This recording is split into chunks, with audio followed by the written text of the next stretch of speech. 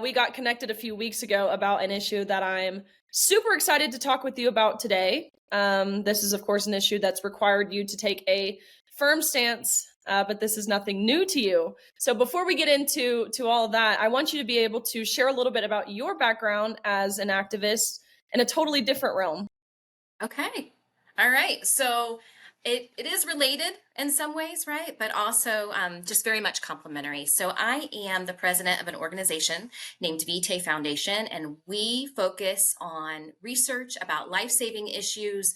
We do emotional research specifically, and then we take those findings to create messaging strategies and share those with other people within our circles of influence and also the pro-life community because we want to defend life and we believe that we have to love people enough to tell them the truth, specifically about abortion. And so that is primarily the work that I'm in on a day-to-day basis, and have also had the privilege of being able to step out into some other activism work as well recently. You're traveling, you're all over the place, you understand the toll that just that alone, the travel takes on you. But you're right in saying, I kind of preface by saying these are two totally different realms, but you're right in saying they really are similar. I think a lot of these cultural issues that we're really seeing, they do overlap in a lot of different ways. But as I mentioned, you've been faced with this new issue, of course, the gender ideology movement and all of its adverse effects, but really in a different way than most people think when they think about this issue, especially as it pertains to sports. And so I would love if you could give a little background as to what I'm referring to here. Absolutely. So first of all, I want to state, and I know you feel the same way. I love all people, right? That's why I do the work that I do day in and day out is because I want equality for all people. I love equality. I love equality for all people, and that includes our young women that are participating in sports. And so recently, I had something come across my radar, and honestly, I didn't really want to do it, right? I didn't really want to step into it because, like you shared, I already had so much going on in my day to day life. And I have a couple places that I can escape to not have to be on for those things and have a little bit of just a little bit of privacy. And that's usually like in the gym, working out, and then also getting to watch my kiddos wrestle. And that was something that we encountered about a month ago as we were entering into the state wrestling tournament. My daughter qualified for the state wrestling tournament. It's actually, I believe, the fifth year in a row that we've had someone from our family that had qualified for the state wrestling tournament. And the weekend before, I received a message from a friend who said, "Hey, I'm actually probably one of the most liberal friends that you have, right, on social. But I want to give you a heads up about a situation because it might affect your daughter." And it immediately kind of gave me pause, right? Like, what are we talking about here? And as I looked into it, I could see that there was a school that was in the St. Louis, Missouri area that was bragging on the fact that they called the student a he, um, but that he had recently won the girls district wrestling tournament. And I'm like, that's odd. And as I looked into it further, this student was in my daughter's weight class in her bracket and was set to wrestle my daughter if she made it through her first round, my daughter, and if the student made it through their first round. So there was a high possibility. The student was, I believe, 53-4 on the year up until this point. And why that matters is that's a pretty impressive wrestling record, right? And so it's a pretty good chance that the student was going to make it through. My daughter did make it through as well. And then this is where it got a little bit messy because we were trying to understand, is this student wrestling their biological gender? What is the situation? And so as I began digging into it a little bit further, this was an 18-year-old biological woman who is transitioning to be an 18-year-old man. And while we're not looking at medical records, the important thing to keep in mind is that this means there's a possibility of taking testosterone, hormone therapy, which essentially are performance enhancing drugs. Okay, so this is where the caution starts to come in to think like, this could be a problem. And then additionally, while we're not looking at the student's medical records, the student is bragging to other young women that is that are in the wrestling circles that the student is taking testosterone to transition. So we have that. And then additionally, if you look at progressive pictures of this student, you would be inclined to think that they are taking testosterone. Here is where the problem ensues, right? This is where we've exposed a loophole along the way, and now we've got to close the loophole. When you're looking at this is much different than what you would typically think of, right? In your case, right, you have somebody who is posing as a woman that is competing against women with an unfair advantage because it is a man. In this situation, this is a biological woman who seems to be taking performance enhancing drugs to be a man that is still competing against their biological gender, right? And so that's where we start to have issues with that. Again, I didn't want to tackle the issue if I'm being transparent, but when it steps into this situation, it's like we can't turn our heads from it. And I asked my daughter, I asked her, I said, what do you want to do? Right? Because again, like this is the one place that we can kind of check out and just compete. And she said, Mom, we have to do something. You know people that can help us do something. And so that's where we are today. Well, I commend you for, of course, bringing this issue to light because, like mentioned, we don't tend to think of it this way. But virtually what we're seeing across the board in every state, every sport, every level, every division, it's that women are getting the short end of the stick in every scenario. Males who are self-identifying as women, of course, compete with the women, but females who self-identify as men also compete with the women. You mentioned a loophole. I imagine Right. you're referring to Missouri law, so state law. So were they prepared for this scenario? Because of course they have a piece of legislation in place that ultimately protects sports on the basis of sex, or so we thought. Ultimately, what this bill does is really the meat of it is prevents men from entering into women's sports. You guys are fortunate to have a wonderful attorney general, some really awesome leaders in your state. But was Missouri law prepared for this scenario? I think so. And I do want to commend them because they did a great job trying to protect our young women. They truly did. And that's another thing. Like we're right here in the state capitol where this is happening, right? And so very grateful for their attempt to do that. But again, you can't rationalize with irrational people. And we're dealing with a very irrational population that are causing these issues. So they didn't see this coming. I mean, it's really the first case of its kind when I was talking with attorneys around the country as we were looking at ways to be able to prevent this from happening. When we reached out to the State High School Association, to Misha, their response was, is she afraid that her daughter is going to lose? That was their compassionate response to us, right? They are instead protecting their situation, right? Because they are saying that the state statute nullified their previous policy that they did have in place. They had a policy in place up until this point that said if a woman is transitioning to be a man and has gone public with that they are required to provide whether or not they are taking hormone therapy to do that. Okay. It was never between a man and a doctor or a woman and a doctor at that point. It was in the state handbook, right? Now they are saying, oh, she afraid her daughter's going to lose? For the record, my daughter did not lose. She beat the student 8-0. That is not a prideful thing. That is me being grateful that my daughter stepped into this because a lot of people were telling us like, hey, pull out, let's forfeit this match. And I just couldn't do that for her dreams. This was not something she wanted to do. She wanted to hit this head on, and she did a great job. Her skill outperformed the muscle mass that was obviously in place with the other student. But going back to the loophole, what we're dealing with is the fact that you have to wrestle your biological gender. Okay, that makes sense. That's rational.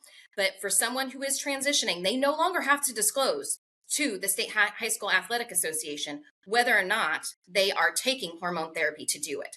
That is the problem, right? That is the situation we're dealing with. And I know that if we're dealing with it here, it might be the first of its kind, but it will happen in other places. That is why my daughter wanted us to take a stand. That's why I'm doing this today. We do have Senate Bill 1440 that is currently has been sponsored by Senator Mary Elizabeth Coleman. I would encourage you that if you are in Missouri, you have family that's in Missouri, anybody who has a pool in Missouri, to reach out to your legislators and tell them that you are in support of this anti-doping bill. What this does is make sure that again, that we expose and close the loophole for young women in Missouri. This will allow, this will ban any kind of hormone therapy and allow for young women to be protected should someone decide that they want to become, want to transition to be a male and are born a biological woman. And let me just state again, this is not about the student. This is not about the person. This is about the policy that's in place to be able to protect our young women. College wrestling for women is one of the fastest growing college sports right now, and it's one of the fastest growing athletic scholarships for young women. They will be robbed of these opportunities if we do not close this loophole. That is why it's so important. This is not a one-off situation. This will continue to happen if we don't take a stand on this issue. That's why it's so important. So again, I want to encourage everyone to make sure that they reach out to legislators and let them know how important this really is. This is not just about anti-doping for performance-enhancing drugs. This is about closing a loophole that is much bigger than just not taking testosterone in order to maybe put on a little bit of muscle mass. This is about keeping biological women from doing it in order to still compete in a biological woman's sport. Absolutely. And you think to someone like Lance Armstrong, I mean, what did we call Lance Armstrong? We called him a cheater. Is what we called him. Cheater. And I love the point that you brought up about your daughter winning. People all the time, they misconstrue the argument here and they think, oh, well, if this person's not winning, does it really matter? Yes, it matters. It's about the message that it's sending to young girls. We should be telling them that they're worthy of sex-based categories and that they're worthy to be called champions. They're worthy of safety in their sports. They're worthy of maintaining their dignity and their feelings and identity being affirmed, rather than having all of that kind of diminished to affirm the identity and feelings of a male. And to your point, this isn't us trying to say that this person, well, as a Christian myself, I don't necessarily support transitioning from a biblical standpoint, but I think adults should certainly be able to do what they want to do with their own bodies, as long as, it doesn't cost my taxpayer dollars and I'm not forced to necessarily. And isn't hurting somebody else's body, like the unborn, right? Exactly. Yeah. Exactly. But every decision has consequences. And so if this athlete wants to transition and wants to go down that route, a consequence of that might be not playing in the sport category of your assigned sex, your observed sex. So yes, I think it's also the juxtaposition here. Again, thinking about the NCAA, they've banned Celsius, the energy drink, because they say it's too much of a performance enhancer. Celsius, they said there's too much caffeine.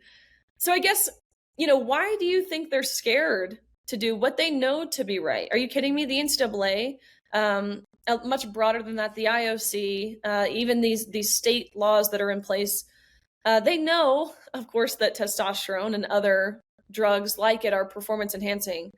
Why do you think they're scared? I think that they're scared because this doesn't give students a place to land that might be transitioning. And like you said, if you want to change your biological gender and participate in sports, then that's just not an option, right? You have to wait until you've graduated from high school to make that decision if that's what you want to do. And what you might find out, there are a lot of people that regret that, right? Doing that as a young person anyway. And so you might find out that they don't want to do that after they turn 18, right? After they are an adult and their brains are fully formed. That might be the consequence. I think that that right now what we're seeing is, again, our world is upside down and people are clamoring just to try to make everyone feel seen and heard, and they feel like this will prevent them from having a place to land anymore, because to play sports, because they have to participate in their biological gender, and if they are transitioning, then they wouldn't be able to participate. Well, then that, like you said, that's a natural consequence, right, of what they would choose. And I think that's something we have to remember. We shouldn't punish our young women, like you said. That, I mean, I want them to feel safe and I want them to feel protected. We fought for so long as women to have the opportunities that we have, and we are just allowing them to be stripped away from us. And also, I want to say, I've had a lot of people reach out to me and say, thank you so much for speaking up for our girls, and that we need to really encourage more women to do that. But I also have to say, men, we need you helping to protect us as well. Yes, we have voices, and I am grateful for people like you, Riley, and I am grateful to have the platform that I have and the abilities that I have been given, and the network that we have. But it is bigger than that. We need men to feel comfortable and not feel like that they don't have a voice in this.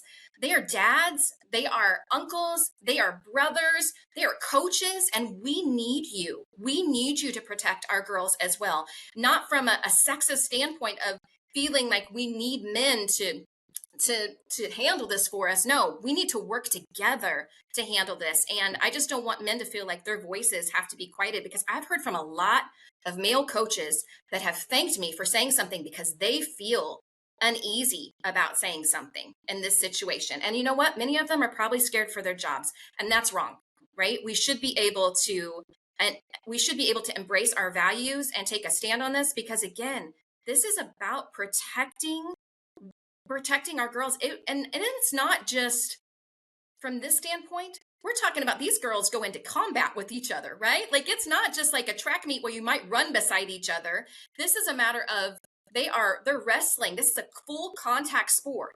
It is not safe, right? It's not just an unfair competitive advantage. It is unsafe for students to be taking performance enhancing drugs against someone who's not, and unknowingly so. This is part of the issue as well. And we need men to step up, and women and their voices be heard. Of course. Parents, that's your call to action. Certainly, I could not agree more. We need to see moms, but we need to see dads. I think that's been the piece that's really been missing. We've seen a big push for moms running for school board and different things, but it's due time that both mothers and fathers are willing, and coaches. I mean, you're right. Every leadership position should be defending these girls, kids in general, because, I mean, they're desperate for it. One more time. And that's our job, right? That's Exactly. our job. Exactly.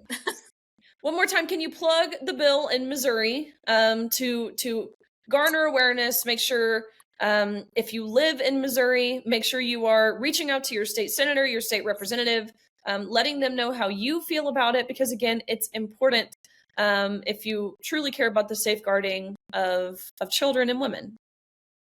Sure. It is Senate Bill 1440. The way it reads, it prohibits public and private elementary and secondary schools and institutions of post-secondary education from being members of any statewide athletic activities association that allows students to use performance-enhancing drugs. And just something to keep in mind, again, it's going to be labeled as an anti-doping bill. People are going to maybe be confused about how that would connect to something transgender. But now you know the story behind it. And I think that's what we have to keep in mind, right? Is it's not just about making sure some kids don't take some testosterone.